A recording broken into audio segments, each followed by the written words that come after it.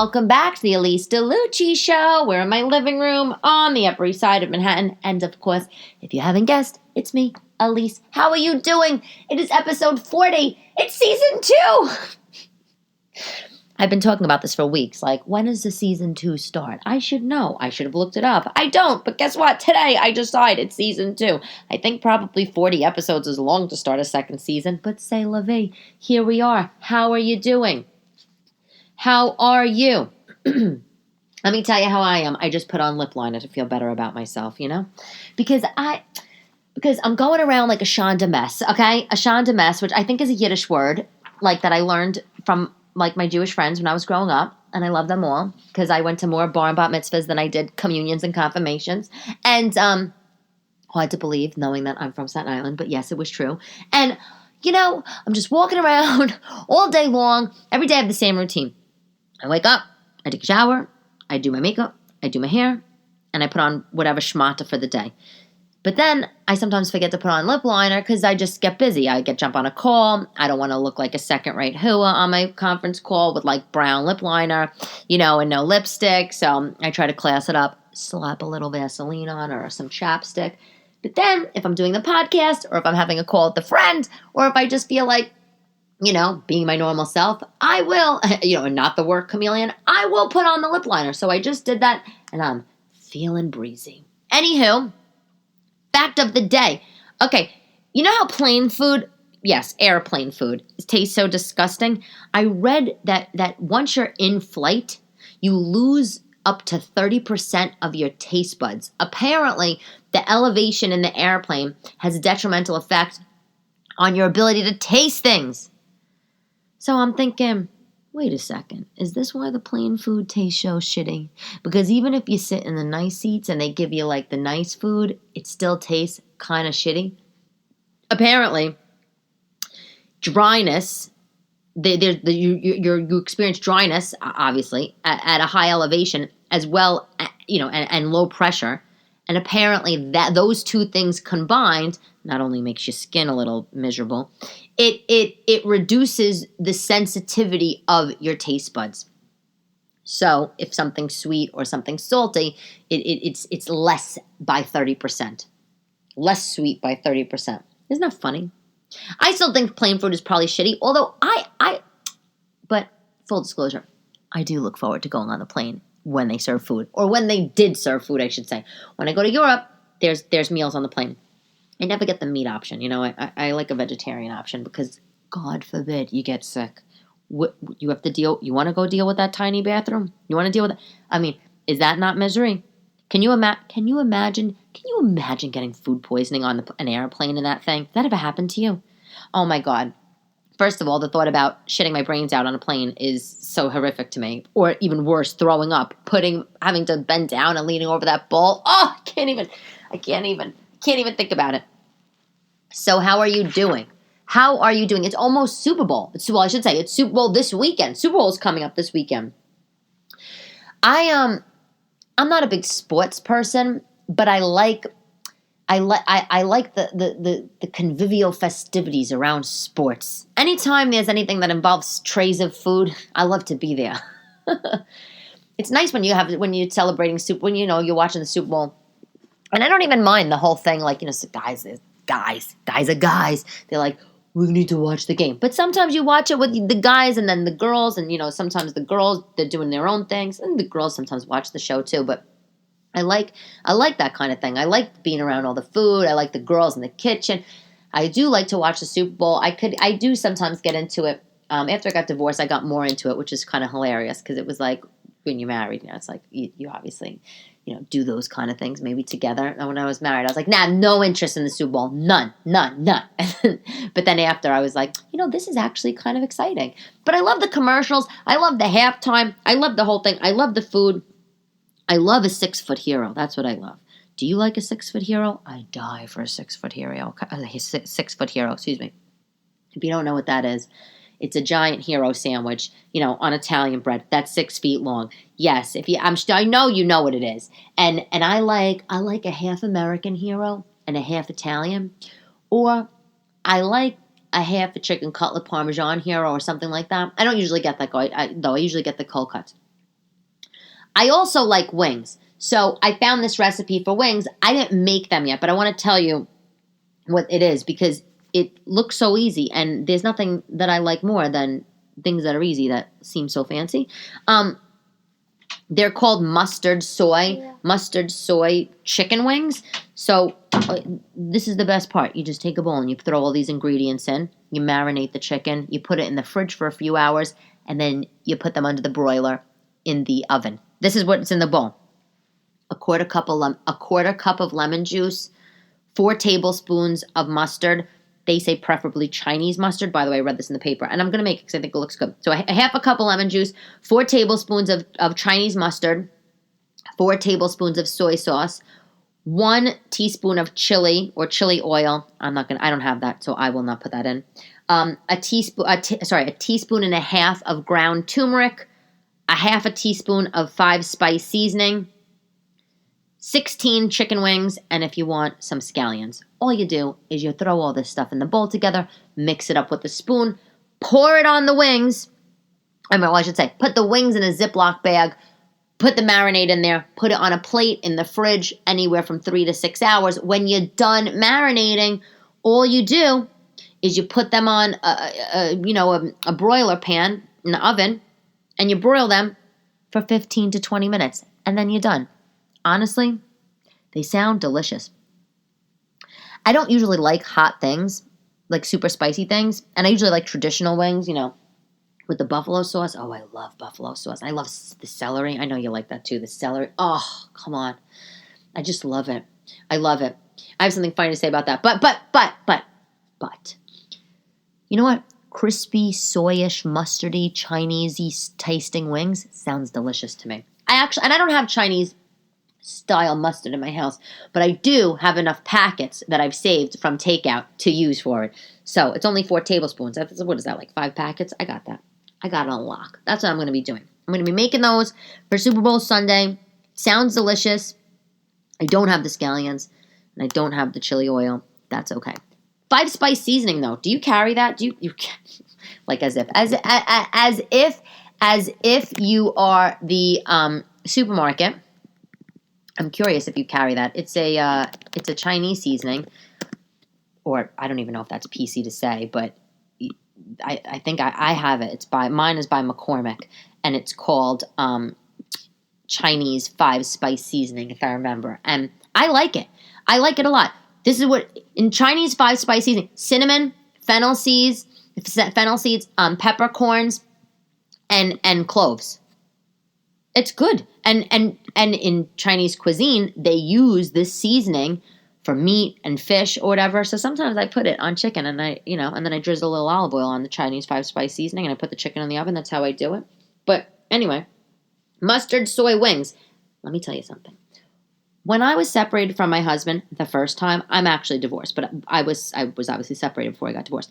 I was separated from my husband the first time. Yeah, I know. It's just so dramatic. Like, we had cultural differences. What was I going to do? It was crazy. Anyway, we were together for 16 months. We got separated. We were separated for a year. Part of that reason, by the way, is because we didn't have sexy time for such a long time. I can't even talk about it. It makes me so upset. One newlywed just doesn't have sexy time for 10 months. Oh, you want me to answer? Me? Hi, me. Yeah, misery. It was misery. After 16 months of marriage, when I was recently newly married, back, we got separated. And, I was younger and I was interested in going out all the time. And I love to eat. So I would just go to all the bars. I would get my single girlfriend. One of I'm not actually that friendly with her anymore.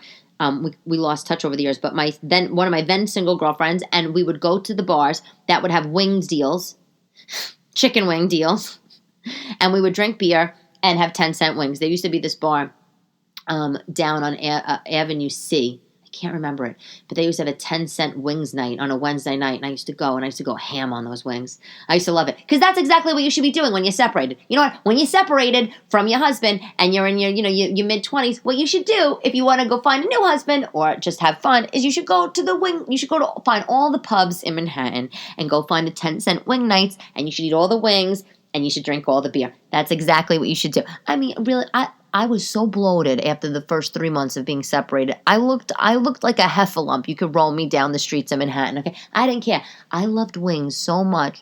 I never ate the full wing, because sometimes it like skeeves me out around like the joint area. I know. I like just would lick it. Like I'm serious. I'm dead serious.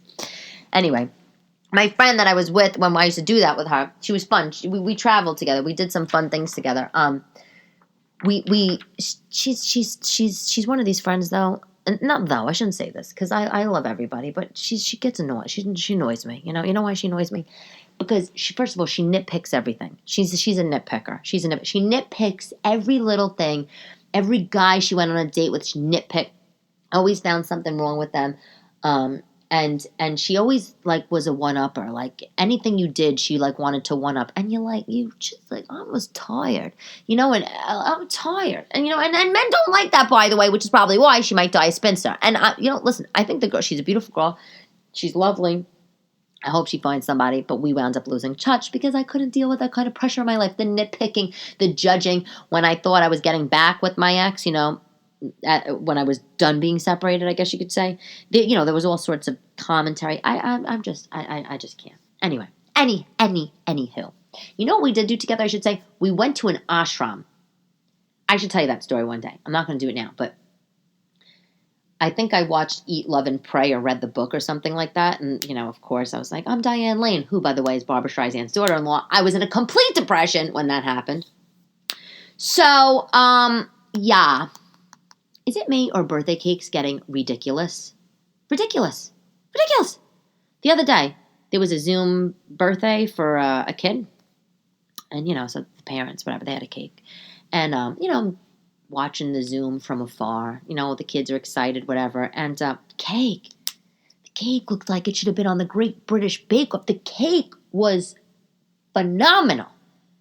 The cake was like 8 tiers and rainbow, and every round tier of this giant wedding but birthday cake was a different color, round, blue, and red, and blah, blah, blah.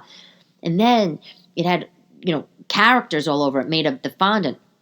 And when they cut into the cake, it was rainbow. Of course it was. It was one of these rainbow smash cakes, whatever the hell you call them. It's rainbow cakes. You cut into it, it looks like a giant rainbow.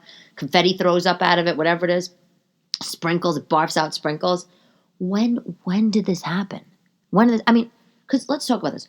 We started with, I want to say, maybe a buttercream wedding cake, right? Like back in the 50s, you'd had a wedding cake, a buttercream wedding cake, nice, fine, whatever. Couple tiers, maybe the tiers of the wedding cake, they were held together by some plastic, Roman columns sort of thing.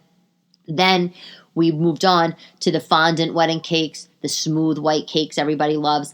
Then maybe we would have fondant cakes for special occasions, a milestone birthday, every now and then, maybe a fondant cake, sweet 16, whatever. Now, the kid's birthday. Kid turned 6 years old and you're having a fondant cake. Well, how much money are these parents spending on the cakes? This cake, they did barfing sprinkles, they did gobstoppers. It's like you cut into a turkey, another turkey comes out. It's too much.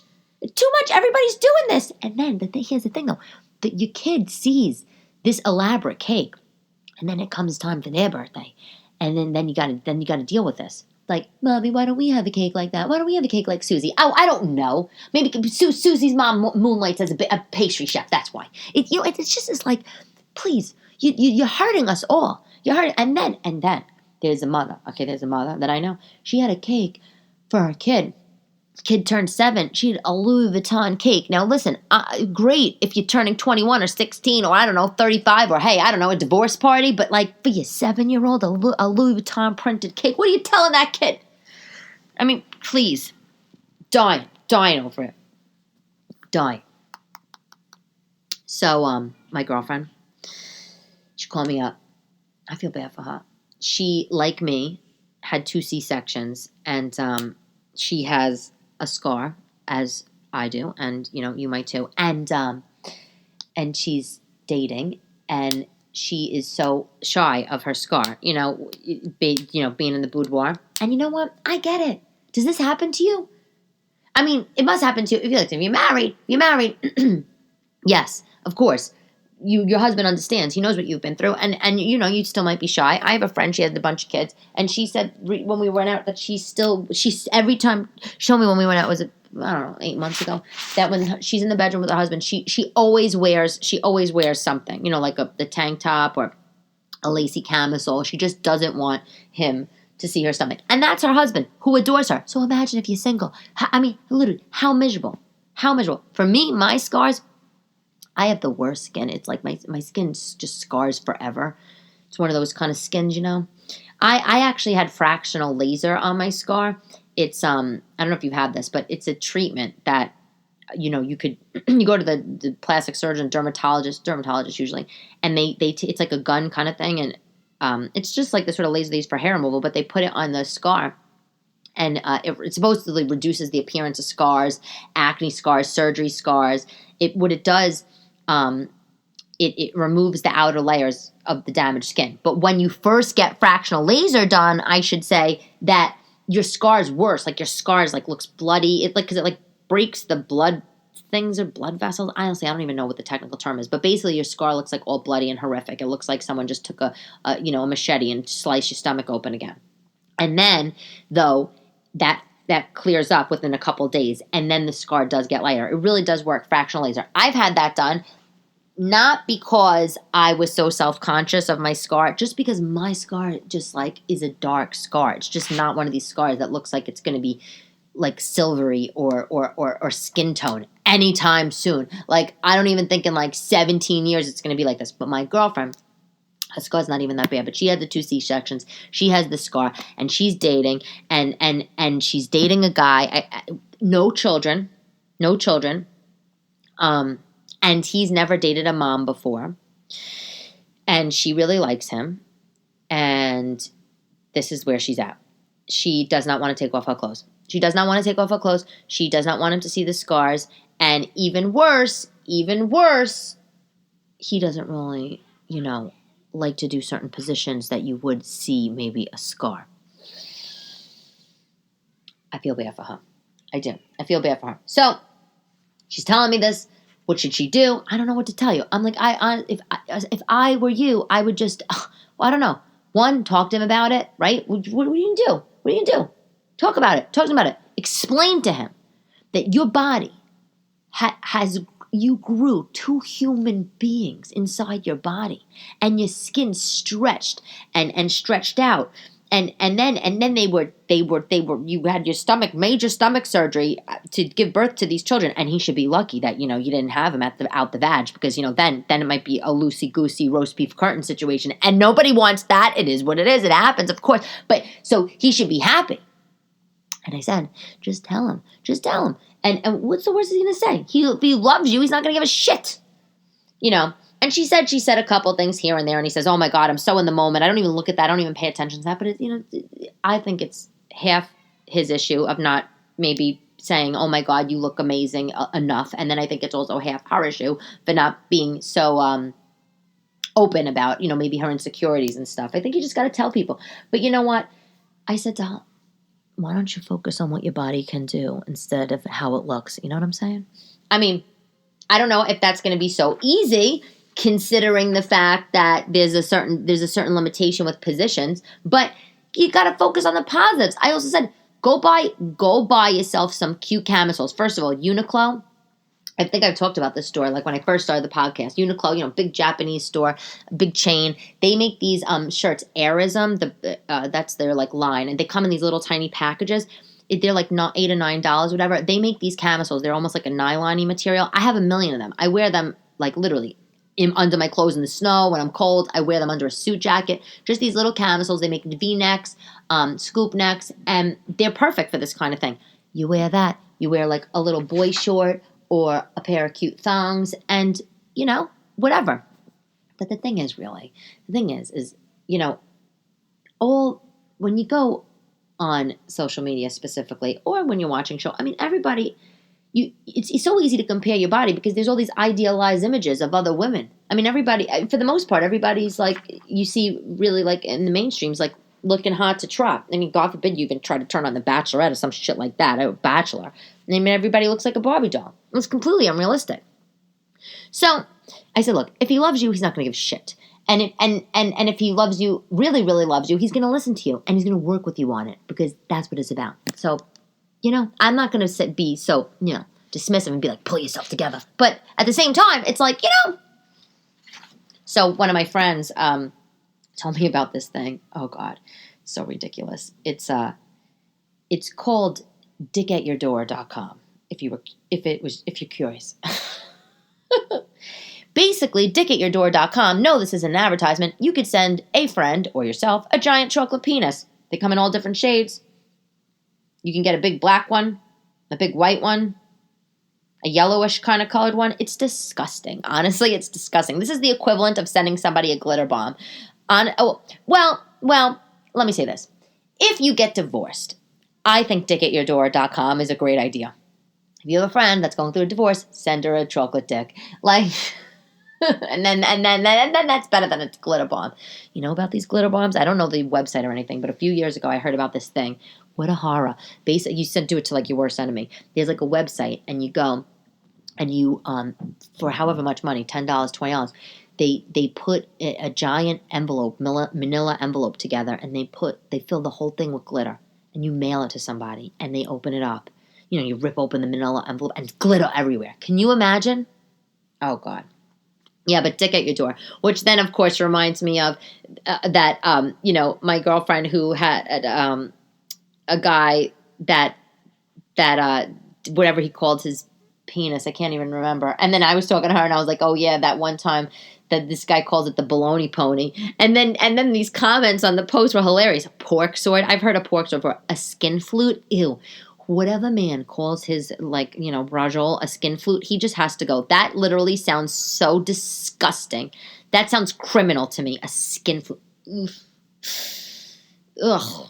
Ugh. I just get the most vile visual with that. I mean, not that I don't with baloney pony, but a skin flute is skin? Ski-bots.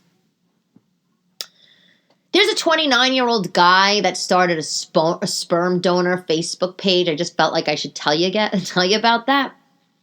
You want a baby? No man? Need some sperm? Look no more than Facebook, everybody. Isn't that crazy? And I think that sperm donors, sperm banks, all that stuff, it was a little taboo-ish maybe in the 80s and the 90s. It would be oh, she's 40, she wants to have a baby. She went to a sperm bank, And now I guess you could just get your sperm anywhere. But there's a man shortage, apparently. There's a man shortage I was reading about because during the pandemic, not enough men are going into the banks to give, to spread this seed, okay?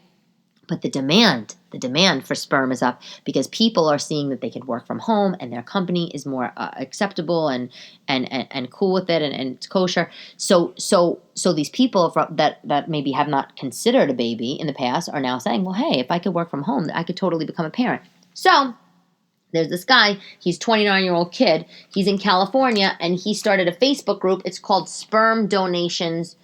Wait, what is it? Sperm donations? Hold on. Let me see. It's, Sperm Donation. Sperm Donation USA. He helps women connect with hundreds of donors. He operates out of Malibu. You know who else operates out of Malibu? Kim K at Nobu with Kanye, discussing the divorce documents. Also at Nobu Malibu is this guy, 29 years old, running a big sperm ring on Facebook. How hilarious. What a good idea, though. His sperm, his sperm ring, sperm circle. They've already had 35 kids. 35 kids were born using this guy's thing, using his platform. You know what the stats are on the sperm, by the way? 20% of people that go. So who goes to a sperm bank, right? So then, of course, I'm thinking, who goes? Who goes this thing? Who goes? I would go. Single mom, if I wanted to have a baby, couldn't have a baby, or didn't want to, just go with any old whatever, and I wanted to make sure that I was getting a quality man. You know what I'm saying? 20% of people that go to the sperm bank, they're heterosexual couples. 60% are gay women. 20% are single mothers by choice. No single fathers, Guess they don't need the sperm. But that's it. Donors, they make $4,000 over several months. You know what else I didn't know about this? That you're not allowed, by law, you're not allowed to sell or purchase human tissue. Well, I kind of feel like I knew that, but in regards to this, I didn't. You're not allowed to sell or purchase human tissue. So technically, sperm banks, they don't pay the men for their sperm. They, air quotes, they pay them for their time and their travel. So yeah, that's how that works. You get $4,000 to give you sperm. And on your documentation, it doesn't say the sperm. It's for your time, your airfare. I wonder how much that is per hour. What they put that down for. If you want to find a donor, though, I do have a couple of friends that were looking for donors that didn't use the Malibu Ken doll, his Facebook page. They used an app. There's apps. Just a baby, and the other one I wrote it down. Where is it? Modamily, Modamily, Modamily. Yeah. How about that? That's a lot of pressure, picking a donor. It's a lot of pressure. It's like, yes, I went to MIT. I played chess. I'm a physics major. I'm also a co-founder of Google. I have hair that's not going to fall out. And my parents are brilliant. Like, I mean, is that what kind of stuff you look for? Or do you look based on culture? I don't really know. But the other thing is about the sperm donor is if you're the guy, you got and you're doing the sperm thing, it's your part-time job, whatever the deal is, you got 50 kids running around. Do you care? Donor kids. 50 donor kids. Do you want to know who they are? I mean, I know women sell their eggs too and all that kind of stuff. I would want to know. I mean, you know what? Knock on wood. You never know when you're going to, really need to, God forbid, do anything like that. Or, I don't know if you really need the money. I guess. I don't know. I don't think I could do it. I just don't think I could do it. I really don't. I wouldn't want to know that I have 50 donor kids running all around.